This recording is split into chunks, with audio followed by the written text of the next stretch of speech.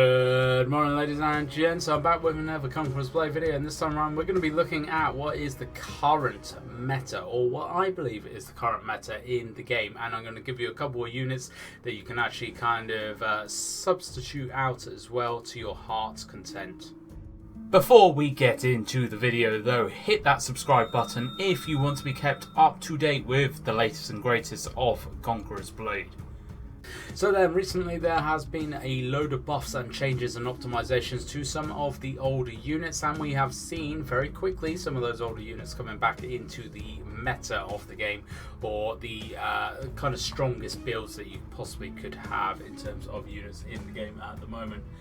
There are some units that have been very, very strong in the past that have come back in. There have been some units that we thought were going to be really, really strong but have not actually really done much, to be honest, and haven't really kind of hit the mark. Keshigs are a big example of that. They are stronger than what they were before, but they are, I definitely would not say meta at the minute because they are still a little bit lackluster. However, there are a few units which definitely you want in your warband builds, and I'm going to be going into those right now. So, starting off with, this is probably going to be no surprise whatsoever to everybody, but the first is going to be the Lilias Rangers. Now, these guys all of a sudden have had a fairly big buff. They are doing a lot of damage and a lot of work, and they are taking like spot in so many people's warbands now, not only for sieges but for territory wars. And I believe the last tournament that was run on the weekend just gone has been absolutely inundated with Lilias Rangers, that they are now having to consider banning those outright because they are just so OP and kind of just, they're not actually like easily counterable either, which is part of the issue. These guys do get slayed fairly quickly still if you manage to get yourself into a good spot with things like 40s, but they seem to be running through pretty much everything right now, and they are becoming an utter bugbear for a lot of people in the game, and a bit of an annoyance, to be saying the kind of least really. But I'm going to show you the build that I am currently running for them.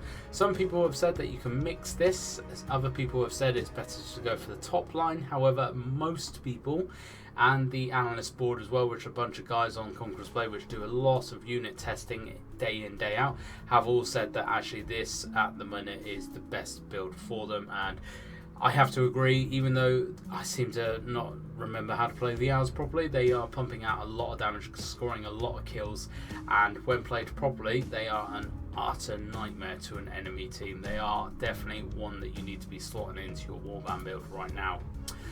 Second up is the Shield Maidens. The Shield Maidens, for me, for the past literally season and a half, have been an utter godsend. I love the Shield Maidens. You need to learn how to play them properly.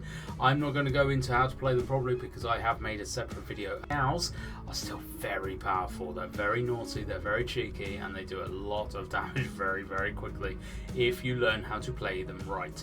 They have a defensive buff, plus they have a cover commander skill, which when used properly is really, really powerful.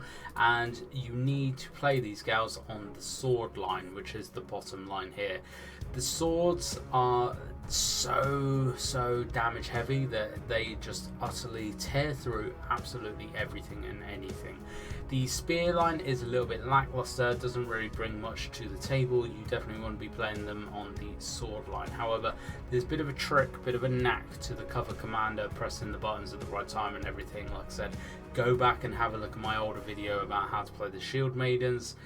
That explains everything you need to know in that. But from this video, what you need to know is you need these in your warband as well.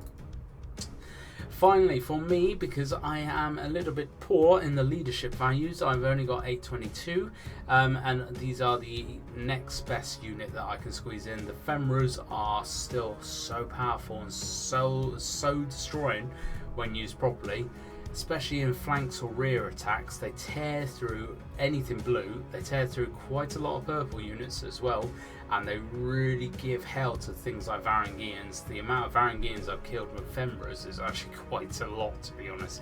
They are quite a cheap unit. They are quite a cheap unit to repair as well because they are blues, so they want to be playing these, even if you are kind of hunting for bronze in sieges. They're just really, really good. They seem to put the current season blues to kind of shame. The current season blues are kind of based on the Femurs, but the Femurs just do everything a lot better personally, and I seem to score a lot more kills and get a lot better results with the Femurs, and most other people do as well. Again, just a very, very good unit. They're not a placeholder at all for whatsoever. Like, I am so happy still taking these guys into battle. They just absolutely put the work out all the time and really, really tear people a new butthole. Top line is definitely the line that you want to be going with these, because Beast is the skill that you want to be using the most. This number 2 skill, it does so much damage so very quickly. It is very, very naughty, and I love these guys to bits. Definitely be sticking these in your warband build as well. I'm just going to repair them because else people like Mark McGee will moan at me because I don't repair stuff.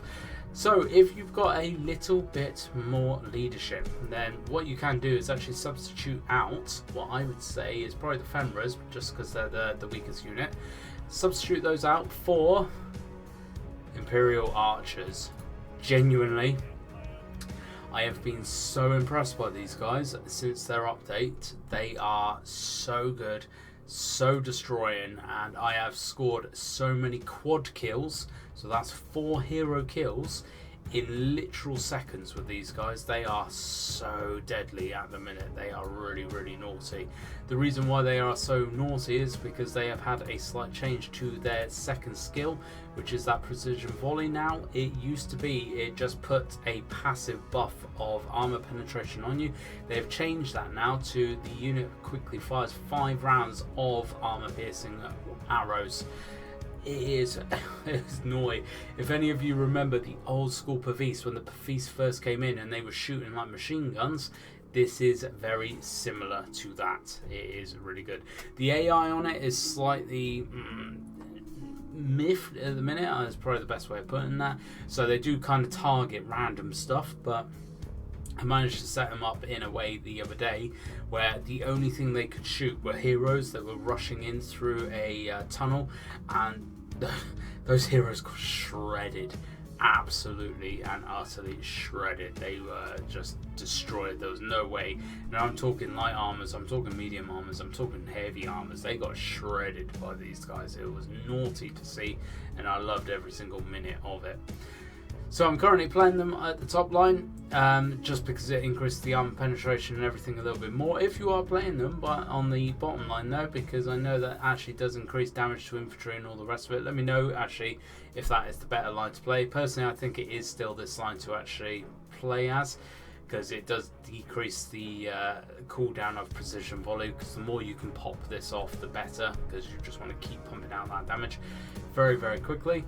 If, however, you got any kind of suggestions, changes you would make to my meta build, then please do suggest it.